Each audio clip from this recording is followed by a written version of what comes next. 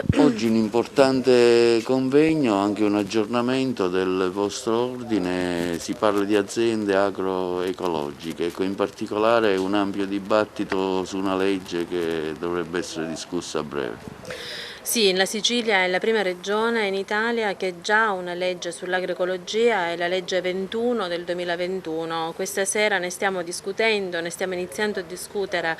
lo faremo poi itinerante anche nelle altre province. Il presidente di Federazione Piero Lonigro, insomma, ovviamente ha accolto e sposato questa iniziativa. Inizieremo a parlare di questa legge importantissima perché in questa fase di transizione ecologica, economica, parlare di sostenibilità ambientale, di biologico e non solo, perché agroecologia non significa solo bio, ci consente di dare una nuova forza al territorio. La sostenibilità deve essere vista in tre grandi importanti chiavi, quella economica, quella ambientale e quello del tessuto sociale. Stasera stiamo cercando di declinare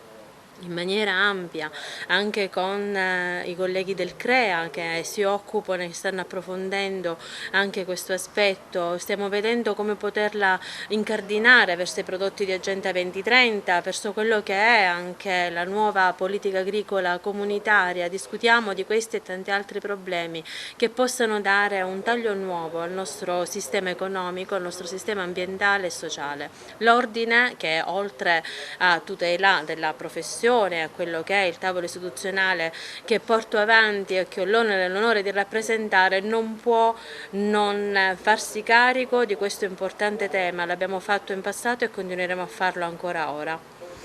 Un bilancio della sua attività, considerando che siamo a fine anno, Presidente? Assolutamente positivo, nonostante la pandemia, abbiamo fatto di necessità virtù, quindi stiamo cercando di essere, come si usa molto ora, molto resilienti, e questo ci dà forza e grinta per andare avanti, stare vicino a quelle che sono le aziende agricole, che tra l'altro vivono il disagio anche di un cambiamento climatico che si fa sempre sentire, molto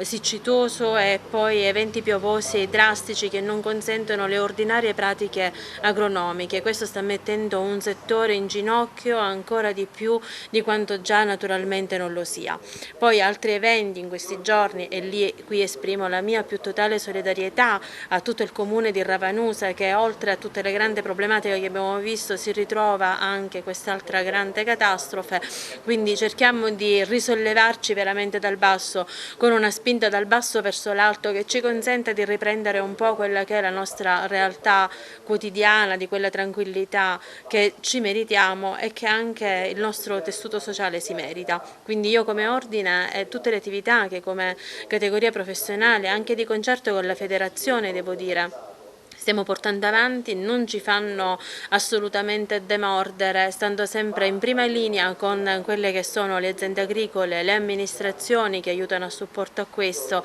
e quella che è la difesa della professione e un nuovo sviluppo di una nuova visione verso questo grande cambiamento di transizione che ci stiamo ritrovando a vivere. Siamo con il dottor Lopilato, agronomo, oggi tra i relatori di questo importante convegno. Ricordiamo oggi che ha anche i suoi 20 anni dalla costituzione della Colimpetra.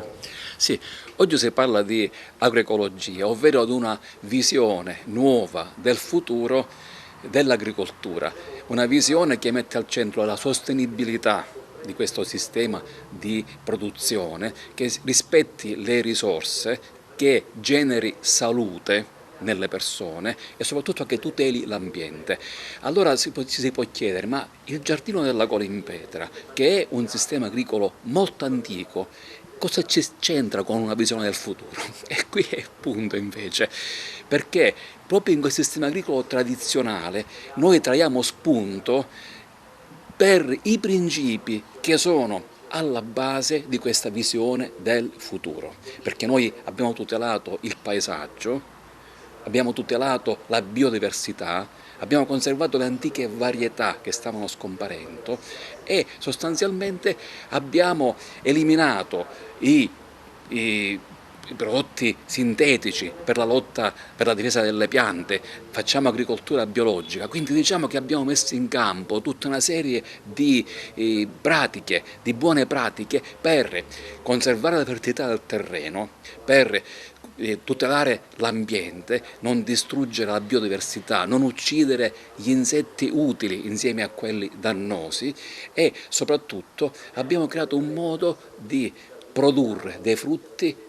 oltre che saporiti, sani, che fanno bene alle persone e non uccidono con le malattie chi se ne alimenta. Ecco perché c'è Giardino della Colimbetra qui, perché il nostro alla fine è un laboratorio straordinario di pratiche molto antiche che ci proiettano verso il futuro, un futuro di sostenibilità dell'agricoltura e anche ambientale. Ecco, parliamo del suo intervento oggi e dell'incontro che avrà domani per discutere proprio sul tema. Domani alla Camera dei Deputati si terrà un incontro del Ministro Patonelli con le Commissioni Agricoltura di Camera e Senato, in cui verranno sintetizzate in qualche modo le linee guida della nuova PAC. Io mi auguro che questa nuova PAC possa essere definita da quelli che sono i principi base dell'agroecologia: il rispetto per l'ambiente, la sostenibilità del sistema agroalimentare, il rispetto dei produttori e dei consumatori, ma soprattutto il fatto che l'agricoltura possa diventare sostenibile e tenga conto della sovranità alimentare. Un paese come l'Italia non può perdere, non può disperdere un patrimonio come il nostro comparto agroalimentare.